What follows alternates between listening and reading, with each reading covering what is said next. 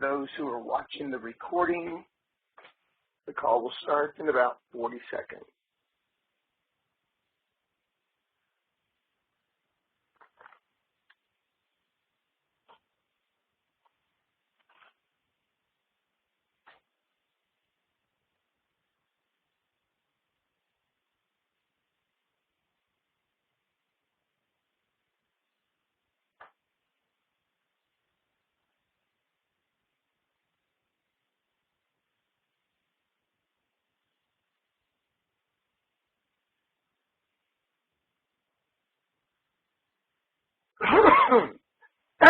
Excuse me. Good evening, everybody. Good evening and welcome.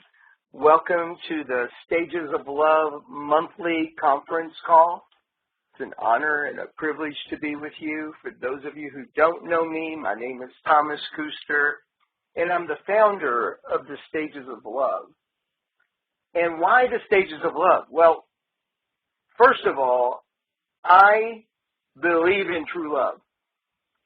I believe in love being expressed, love being experienced, and love being expanded wherever I am. And when it comes to life, any aspect of life, love changes everything. In fact, love is the root of all transformation. So consider that love is life energy and it is aliveness. So that's why the Stages of Love, and that's why we're here. Tonight, the topic is trust, building, and rebuilding trust. It was a very interesting topic, trust, as I was investigating and looking for, optional material to bring on. It was just a very enlightening experience. I'm excited to see what we come up with tonight. So let me just go through quickly how the call works. I will pitch some ideas, some notions on the topic. Some will be my own, some will be that which I've collected along the way. The intention is to stimulate us into thinking outside the box and perhaps creating some new possibility in our own relationships, in our couples, and in our own lives. So if you would, take a few seconds, I guess we'll time it and say 45 seconds, and just consider trust. Now, I was telling you how the call works, and then I jumped. So forgive me. So how the call works is I'll pitch these ideas, and at some point we'll open the lines, and you'll get the opportunity to share anything you want and to participate in the conversation in any way that you feel works for you. How you'll do that is when the lines are open, you'll simply say your first name, and I'll call on you. Okay, so now take about 45 seconds and consider trust. Don't look it up, okay? Don't Google it. Don't look for a definition. But instead, consider trust inside your own paradigm. How do you relate to trust? What does it mean to you?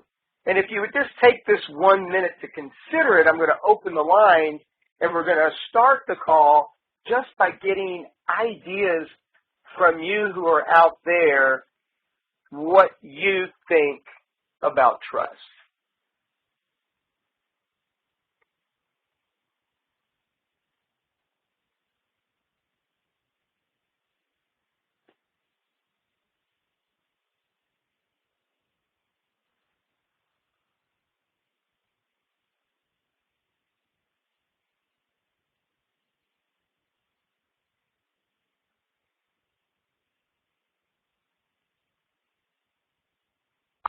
You are now unmuted. I've opened the lines and hope to hear from one or two of you. If you would just say your first name and just pitch out here, what is trust? How do you relate to trust? Anything about trust from your point of view? Joanne. Hey, Joanne. Hey. Thanks for jumping in there. You're welcome. I came up with two things for me that it makes me feel safe, and it's a bridge in which I get to build relationships on. Like without it, I think it's hard to have a relationship. Got it. And what is it? What is trust? How do you relate to it? And it can be you, Joanne, or if somebody else wants to jump in, that can be the case too. But really, what is it? It might have been too early for me to ask for input, so Joanne, I think you're it. So for me, it's like knowing the other person that's accountable in either what they'll do or they won't do, that they'll tell me the truth, or that they'll get a project done. It's that a knowingness or a belief that I don't want to use the word trustworthy, but it is. It's like if somebody says they'll pay me $10 and they're trustworthy, I can count on the $10. If they're not trustworthy, I can, I'll go read a book instead because I won't see the money. Yeah. Okay, good. Thanks, Joanne. Thanks for jumping in there. You are now muted. So I've got the calls now muted again. Well, I did go to Webster, of course, and I looked up trust, and it says to rely upon or place confidence in someone or something. So when you consider it that way, I mean, even a reliable enemy, a liar or a cheater or thief can be preferable to an unreliable friend or lover. I mean, even the way Joanne spelled it out for herself, you could hear that. She said, if they're trustworthy and they say they're going to give me back my $10, well, I'll get my $10 back. But if they're not, well, I'll just go read a book or something. I'm not going to sit and wait on that $10. Years ago when I was a kid, I used to have a friend that I hung out with. I won't say any names because who the hell knows, right? But I remember hanging out with this guy, and he was such a liar. And finally, I just got to a point where it was like, you know what? I just don't even want to be around him anymore, so I stopped hanging out with him. And my dad noticed it, and he said, hey, whatever happened to so-and-so? I said, Dad, he's just such a liar. I really got tired of hanging out with him and listening to him tell stories and lies that I knew were stories and lies. And my dad said, did he lie all the time? And I said, Dad, all the time. I don't think this kid ever told the truth. And my dad laughed, and he said, well, sometimes it's better to have a friend that never tells the truth because you'll always know where you stand versus somebody who lies when it's just convenient for them and you never quite know. And, it really made me take a second look. Not that I now started hanging around with people who lied or cheated or stole. This was not my intention. But that it gave me some idea of how I wanted to be. But I wanted to be known not as somebody who lied when it was convenient for them, but known as somebody who didn't lie. And believe me, you pay the price either way. Because sometimes if you're too straightforward or direct in our culture, it's not very well accepted. But if you're surrounded by people who are interested in that kind of relationship, well, then it works really well. So now, having said that, you could say that trust is being able to predict what another might do or how they might be in some given situation. And I want to now dig this a little bit deeper and get into what really matters to you and I, because what really matters to us is trust in our own relationships, especially relationships where maybe trust got broken down. So if we go all the way back to the root of trust, the Hebrew word is batah, B-A-T-A-C-H. Now, I don't speak Hebrew, but I think that I'm pronouncing that very close to accurately. And what that literally means is to be confident and secure. It even says, more specifically, it says to be carelessly confident and secure. So I was really thinking about that. Carelessly confident and secure. So, this afternoon I came into my office and I sat in my chair and I realized how carelessly confident I was at dropping my weight onto the chair without a second thought. I trusted the integrity of the chair, and there was historical evidence for the chair that told me it could be trusted. So when you and I are talking about trusting our spouse or trusting our friends or our family, we're talking about feeling so safe that we can be free of concern. That is, we could be carelessly confident with what? Well, in the space of love, we could be carelessly confident with our hearts.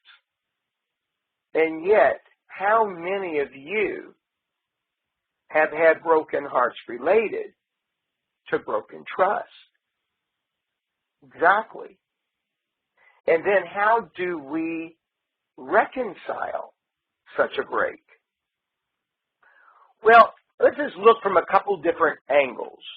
Now stay with me if you will. Don't drift off and, try to pay as much attention as you can because it'd be great to get a little input here. Not at this moment, okay, so don't worry about opening yet. But trust is fragile. It's amazing how fragile trust can be in the culture that you and I live in. Our hearts seem fragile, but in fact is actually one of the strongest parts of your humanity, because all of our life energy moves through and is generated from the heart. But you see, you and I have spent most of our life trying to protect ourselves from pain. And how we do that is closing our hearts.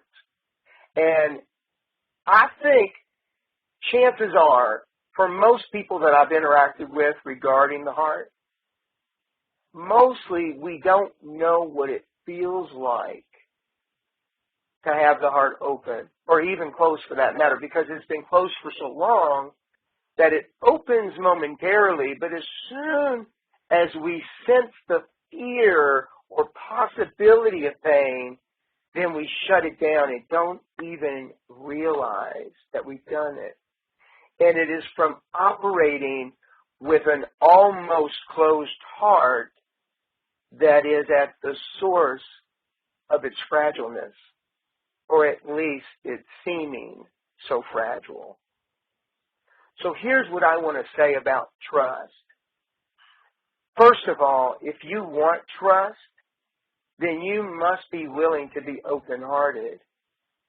And if you're open-hearted, you're going to have to first really get in touch with what it feels like to be open-hearted. Like, how do I open my heart when everything tells me to close it? And the only reason everything tells me to close it is because the small self that we are is driven for survival, protection. We don't want to feel the pain. But in reality, when you're open-hearted, you will feel pain. That's a fact. You will. But you'll also feel real joy, real happiness, satisfaction, fulfillment. You'll have the kind of love experience that is not counterfeit, but is real. So practicing open-heartedness brings about a natural connection to your intuition. And as you develop intuition, which we call intuition skills, your heart space gets very strong, it's very resilient, and it's very wise. And that wisdom that is heart-based, that actually is an expression of your true self versus the small self, can include a whole lot more than the small self can. Now, I've said a lot of stuff. Hopefully it stimulated some thoughts where you are. Take about 30 seconds and get your thoughts together and, be prepared to share anything that's there for you regarding trust, being open-hearted, how they connect. And by the way, whatever you share works. So just take about 30 seconds and think about what you might say, and I'll open the line.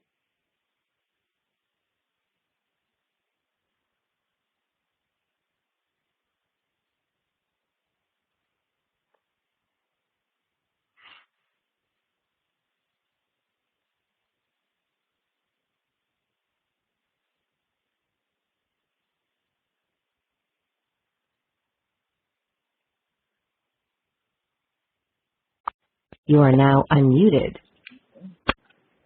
Okay, the line's open, and if you would, just say your first name. Lindsay?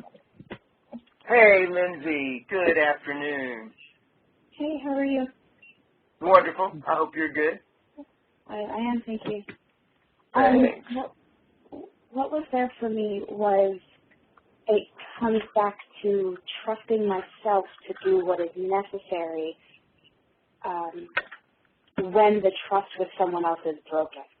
I can't trust someone else or be open-hearted with someone else if I don't trust myself to walk away or to say what is necessary or to be open beyond that trust being broken. Beautiful. Love it. Excellent. Anybody else? That's really good, Lindsay. Thank you for that. Robert, can you hear me? Yeah, Robert. Good evening, sir. I'm driving, so I hope I'm not feeding back. Yep, you sound good. Got present to was a lot was culturally, as a man, it's like to trust. There's also a huge aspect of looking foolish. Oh. So, like if you trust and you're wrong, then you can be viewed as like, well, that's just foolish. Why would you even trust? So, and I think that the archetypes of man and woman, I don't know how it is for women, but I know as a male, to trust the heart is like not cool. Yeah, got it. That's really good. So, all right, what I'm gonna do is I'm gonna weave some of that and some of what Lindsay put into the conversation. Thank you for stepping up. You are now muted. And I now have you muted. So just get everybody present. So what Lindsay shared was, just get it right down to fundamentally, she said, it really does come down to a matter of trusting myself. Because if trust is broken, can I trust myself to do whatever's necessary? Can I trust myself to walk away if that's what there is to do? And then Robert said, culturally, to trust and be wrong would look foolish. And then he actually said, trusting the heart is not cool. As a man, I think it's really great. When I think about both of these interactions and conversations, I start to look at it and I say, wow, we have so much opportunity, but we really are trapped in a very specific ideal, if you will, around trust. Like, for instance, there is a lot of protection that comes up. Now, I'm not saying that anything was wrong, because absolutely what Joanne shared was very right on. What Lindsay put in was very right on. Robert, what you put in is very right on. But it also expresses a cultural theme of protection, which means closing our hearts. And that's going to be kind of the theme a little bit for a while, because we all have various degrees of trust with different people.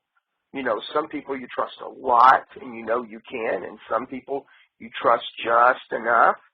And if you consider taking trust for a moment out of the equation and just say, okay, with an open heart,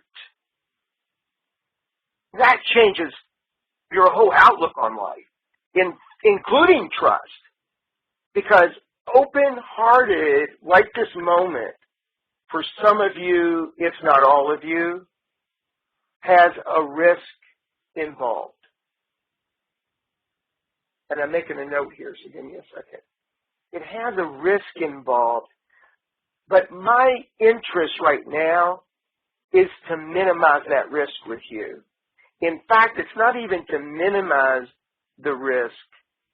It's to have you see that being open-hearted makes the world more inviting. It makes the world more friendly. It makes the world more open. Yes, there's pain, but an open heart also makes you very mindful. So like what Lindsay said, a matter of trusting myself. Well, what I would give you is that the practice of being open-hearted, like no kidding, in the face of any circumstance,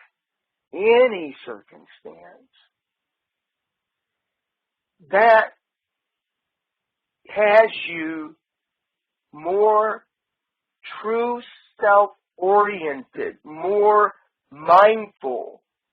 The risks get revealed, but the way that you're so mindful, what you realize is that the risk to keep your heart open is nothing in comparison to the cost of joy and shared love that an open heart offers. So intuitively, I will open-heartedly choose naturally those that align with my energy, and trust will be there. Closed-hearted, I'm blind, and I can only hope for the kinds of trust that I think I want or even think that I deserve. I trust that everybody's with me and following me, and I know that it's, stirring up some stuff for you, and thank you for that. I'm sure that one of you at least is thinking, hey, wait a minute, Kuster, even the perfect trust can break down. And that's true. The most recent breakdown I had regarding trust in my relationship stemmed from a very simple misperception, but it was a misperception that ran a pretty long course, and it broke the trust between us. However, because we were already aligned and trust already existed, there was room to correct the misperception, which is, by the way, forgiveness. And once the misperception was corrected, then we both got right back on track. And that forgiveness, according to the Course in Miracles, is to undo the past. So the past was undone and the trust was restored. If either of us had allowed ourselves to be closed-hearted, that misperception could have gone a very terrible way, and it would have been much harder to have gotten it restored. One of my favorite, So what I want to look at now is some trust building kind of distinctions, and I think that it's probably a good idea if I just open the lines in case there's anything out there for the moment, and then we're going to go into some practices to restore trust. And I'd also like to hear anything in your most recent history where there was a breakdown in trust for you. So I'm opening the lines now. You are now unmuted. And of course, there's no pressure, but I do love hearing from you, and you can tell that when you put things in, it makes a big difference in how the call goes. So is there anything at this moment that anybody has to put in, or is there anybody who has a recent breakdown in trust that you might share? Joanne? Yeah, Joanne.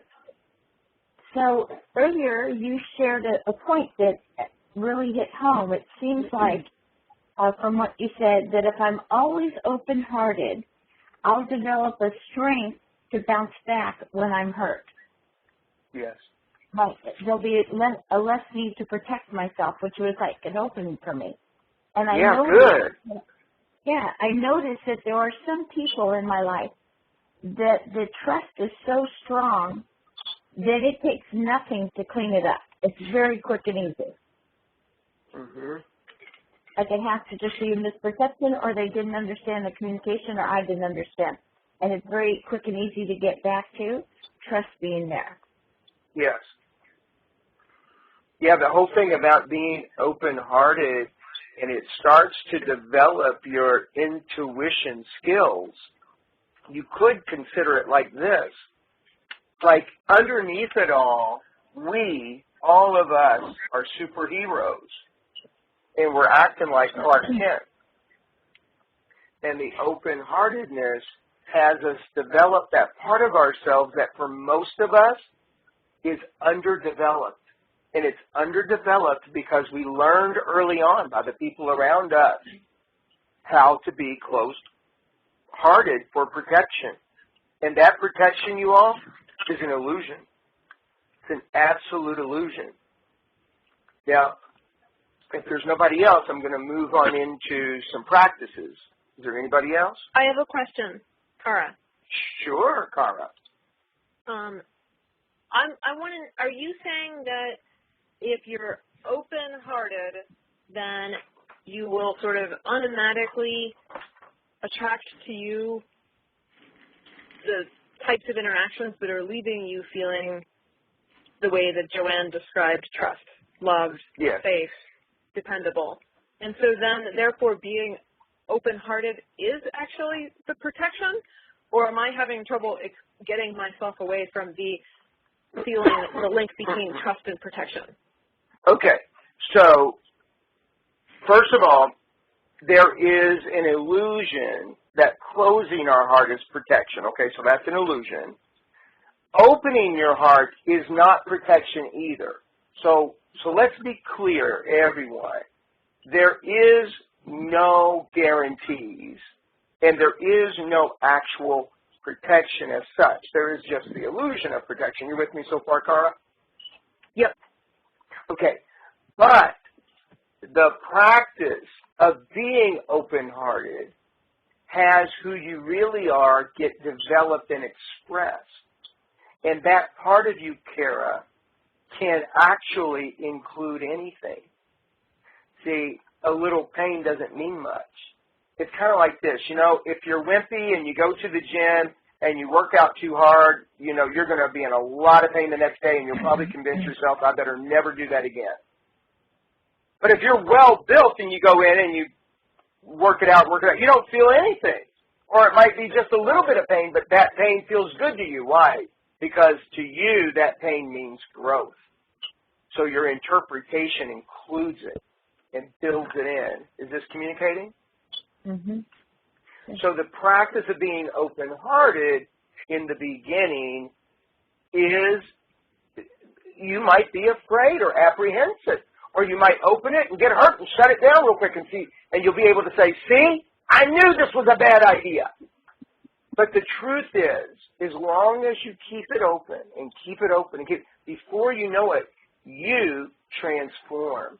And the small self that's so afraid literally steps aside because there is nothing to fear.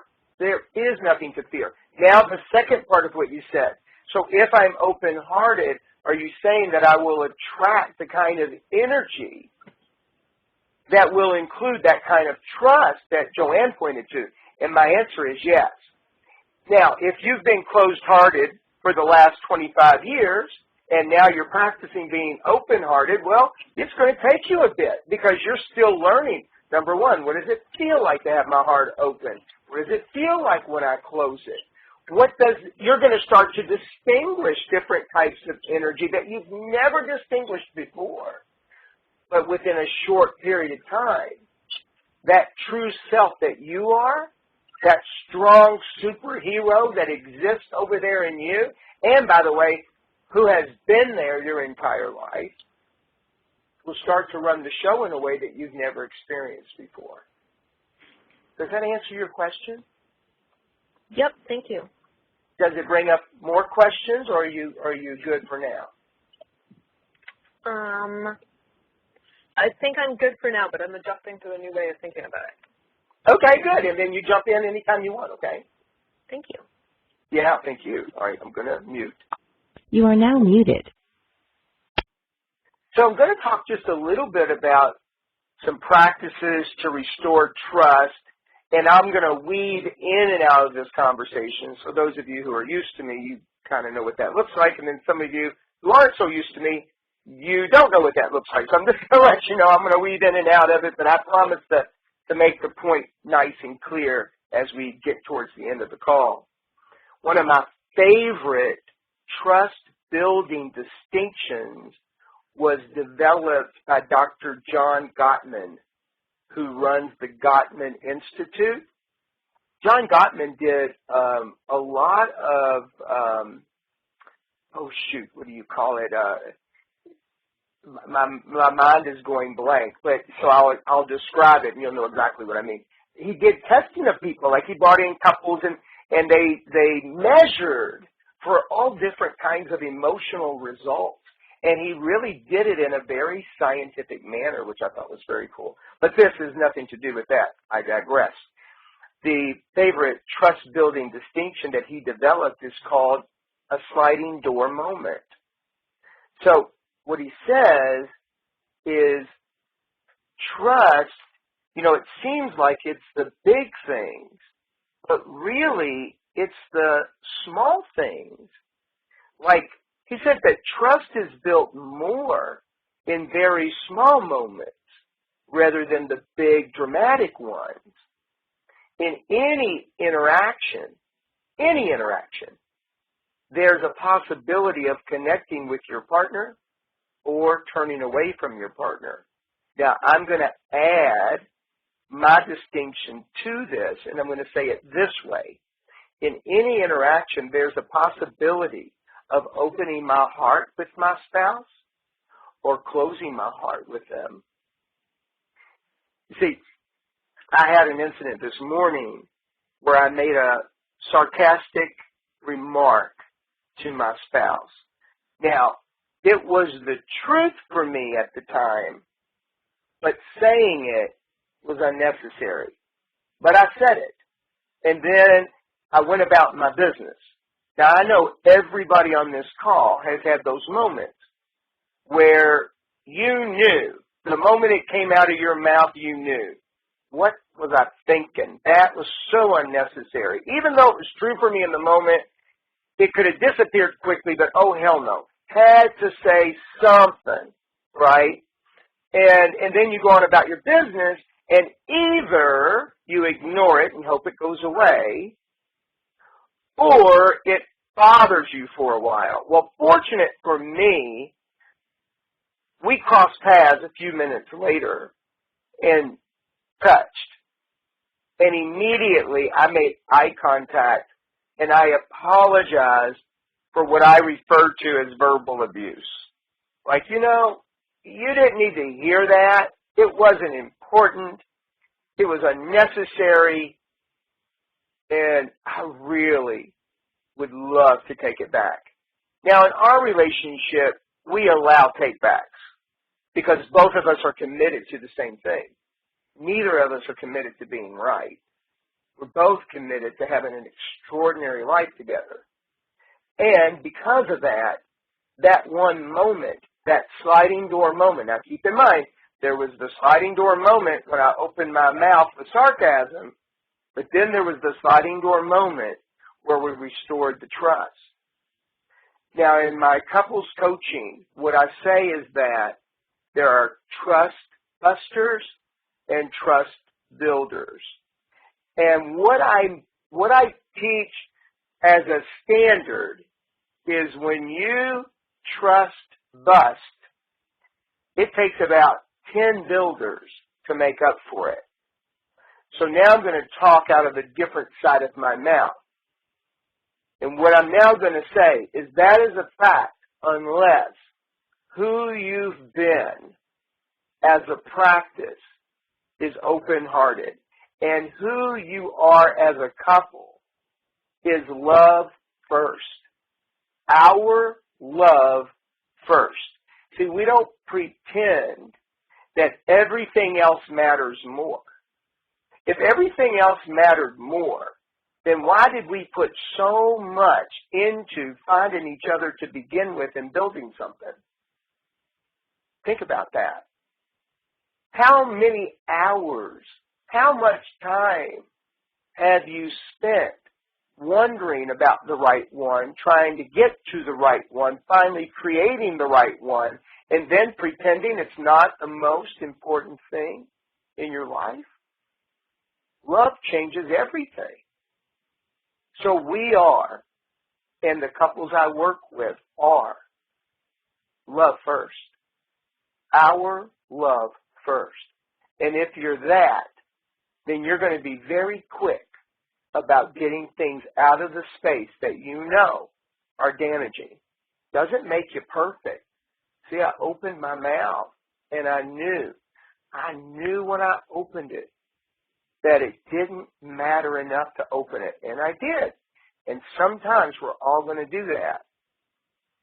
But depending upon the groundwork you've laid and created will determine how quickly you'll move to the other side.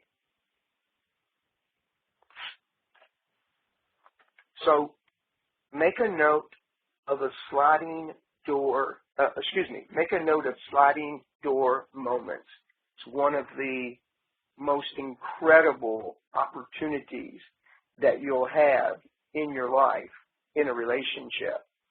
In fact, so much so that I'm going to ask you to take a minute right now, and we're not going to open the lines yet, but I definitely want you to put a little thought into the last sliding door moment you had with somebody that mattered to you.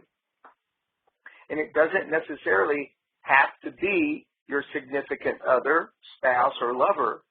It could be people who are important to you and you want that relationship to thrive. Just take a note of, in your mind, of a sliding door moment that you either took advantage of or that you missed. I'm going to give you like 15, 20 seconds just to think about that.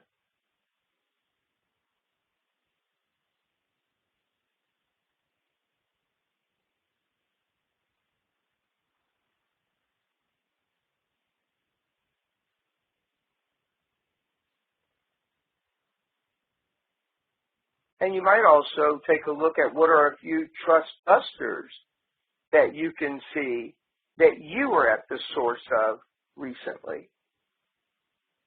You know, just make a mental note. We'll have time in a few minutes or so, and you can pop in there. You know, I want you to just kind of wonder, can your partner, can your spouse, can your couple trust you to, number one, choose him or her over your parents or over your friends? Can your partner count on you to work for the family that you've designed, or to be sober, or to be sexually faithful, to be honorable and respectful, to participate in the household that you've designed, to be 100% involved in the relationship and to put your love first. You know, there was a study that was done. I don't know when the study was done, but the question was, what's most important to you when you decide who it is that you want to go from dating to seriousness and eventually marriage? And the number one response was trustworthiness. It came before money. It came before sexy. It came before attractive. It was the number one, trustworthiness. So we want and need to be able to trust the people that we want to love. It's the essential element, trust, to a healthy relationship. And open-heartedness is essential to trust.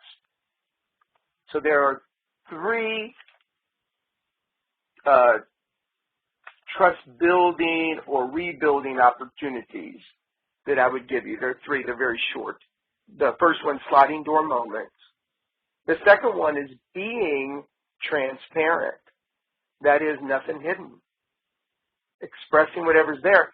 And to be willing to deal with the consequence of what you may have to express or expose.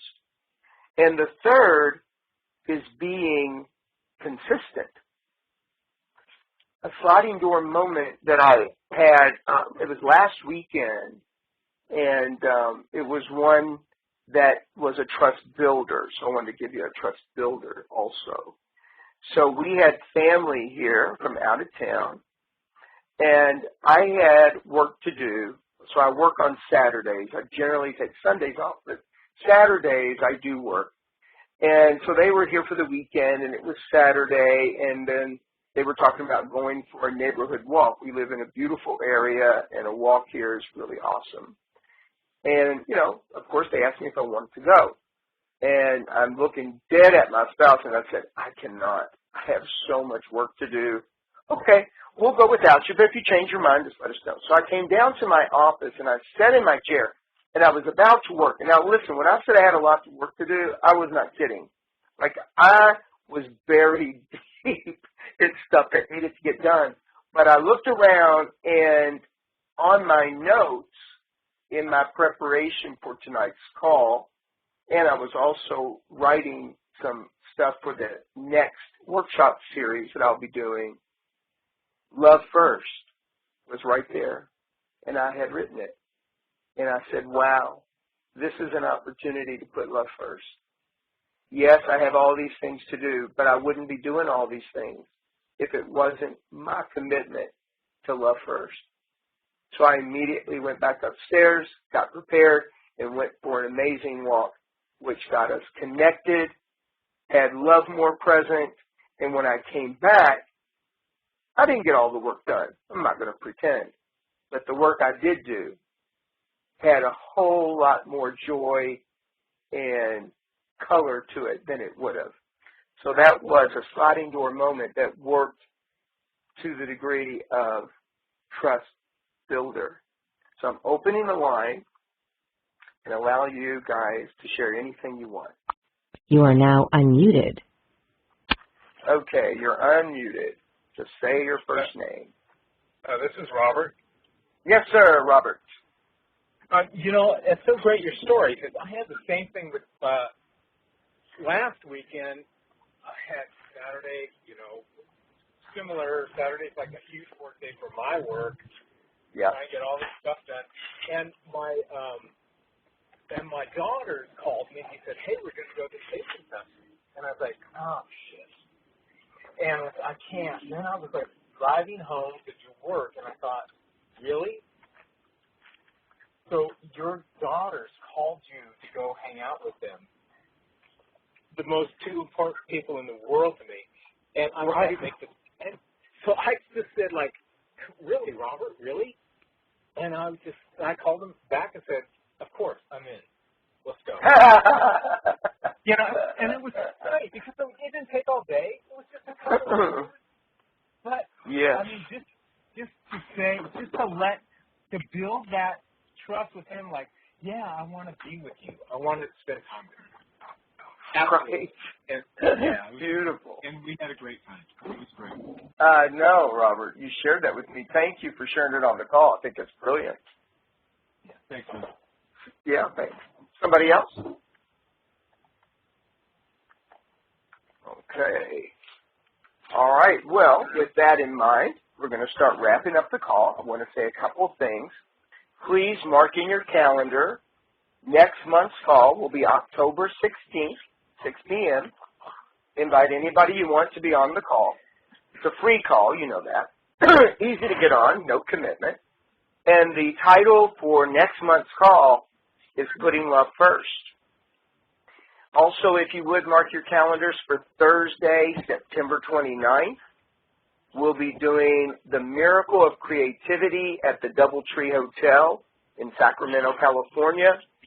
It's $10 in advance if you go to my website, which is thestagesoflove.com. So it's www.thestagesoflove. Don't forget the.com. And if you need to email me, it's thomas@thestagesoflove.com.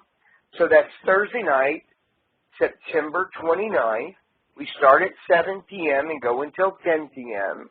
And for those of you who are not local, we're also offering it in live streaming. So thank you all very, very much for being on the call.